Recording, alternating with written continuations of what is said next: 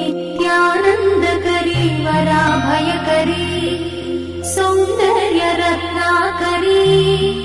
निर्धूताखिल पापनाशनकरी प्रत्यक्ष माहेश्वरी प्राणेयाचलवंशपावनकरी काशीपुराधीश्वरी भिक्षां देहि कृपावलम्बनकरी माता अन्नपूर्णेश्वरी माता अन्नपूर्णेश्वरी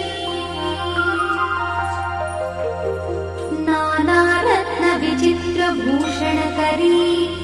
हेमाम्बराडम्बरी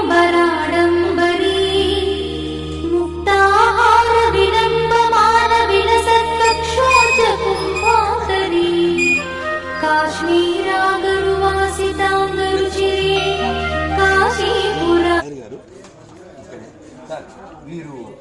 తమ్ముడు రెండు ఫోన్లు